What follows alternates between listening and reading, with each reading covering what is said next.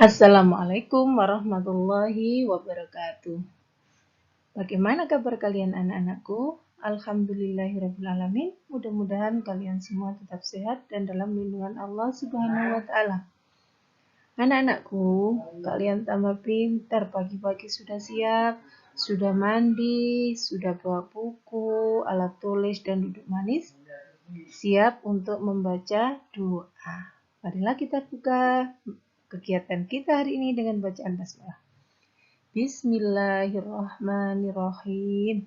Mudah-mudahan Allah Subhanahu wa Ta'ala senantiasa memberikan kemudahan pada kita semua, terutama pada kalian, mudah untuk menerima materi apa yang Ustazah sampaikan. Hari ini kita belajar tentang mata pelajaran IPS, sejarah kerajaan di Indonesia. Untuk video kali ini, Ustazah jadikan 1, tema 5, subtema 2, dan 3. Nah, yang pertama adalah kerajaan Islam. Coba kalian perhatikan. Di situ nama kerajaannya ada Samudra Pasai, letaknya di Aceh, peninggalannya dirham. Yang kedua, kerajaan Aceh, letaknya di Aceh, peninggalannya Masjid Raya Baitur Rahman. Ada kerajaan Demak, letaknya di Mojopahit, peninggalannya Masjid Agung Demak. Kemudian kerajaan Banten, letaknya di Banten, peninggalannya Masjid Agung Banten. Ada kerajaan Mataram, letaknya Kota Gede Yogyakarta, peninggalannya Masjid Gede Kauman. Kalian tentu tahu ya Masjid Gede. Kalau mendengar sejarah Kiai Haji Ahmad Dahlan, pasti kenal dengan Masjid Gede. Selanjutnya nama kerajaan Goa, letaknya di Makassar, peninggalannya Masjid Tua Katangka. Ada kerajaan Ternate Tidore, letaknya di Maluku Utara, peninggalannya Istana Sultan Ternate. Selanjutnya, peninggalan kerajaan Islam. Yang pertama adalah masjid. Masjid adalah tempat ibadah umat Islam. Masjid kuno memiliki ciri khas bentuk atapnya berundak, biasanya letaknya berdekatan dengan rumah raja atau alun-alun. Alun-alun itu lapangan besar, luas. Kemudian yang kedua adalah keraton. Keraton adalah istana raja atau ratu. Keraton dibagi 3 bagian. Yang pertama gapura, yang kedua Bangasal Pagelaran, yang ketiga terdapat Siti Gilir. Keraton yang masih ada hingga sekarang, misalnya Keraton Yogyakarta.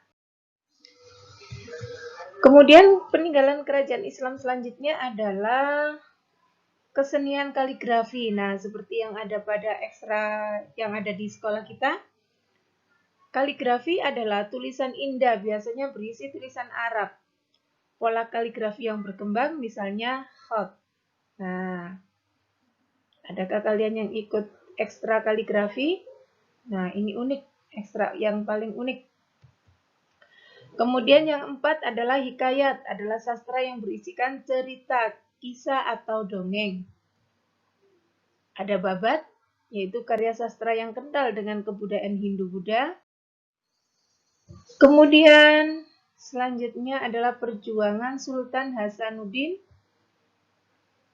Sultan Hasanuddin melawan VOC yang menjalankan monopoli perdagangannya di Indonesia bagian timur. Kemudian beliau juga menggabungkan kekuatan kerajaan-kerajaan kecil di Indonesia bagian timur untuk melawan penjajahan Belanda. Sultan Hasanuddin juga menandatangani perjanjian Bungaya. Beliau bersumpah tidak akan sudi bekerja sama dengan penjajah Belanda. Di sini akan Ustazah kenalkan pahlawan-pahlawan nasional. Di antaranya adalah Cut Nyak Dien, berasal dari Kerajaan Aceh. Masa perjuangannya pada tahun 1873 Masehi. Ada Ki Hajar Dewantara, berasal dari Yogyakarta. Masa perjuangannya tahun 1911 Masehi. Kemudian ada Pangeran Antasari, berasal dari Kalimantan. Masa perjuangannya tahun 1859 Masehi. Pahlawan nasional selanjutnya adalah R.A. Kartini. Nah, yang biasa diperingati Hari Kartini pada tanggal 24 April. Nah, beliau berasal dari Jepara. Siapa yang pernah ke makam R.A. Kartini? Nah, beliau dari Jepara. Kemudian masa perjuangannya pada tahun 1891 Masehi.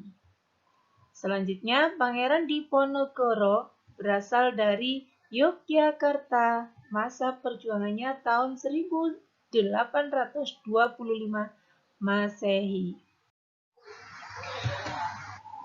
Kemudian pahlawan nasional selanjutnya adalah Sisingamaraja. Sisingamaraja berasal dari Bakara, Sumatera Utara.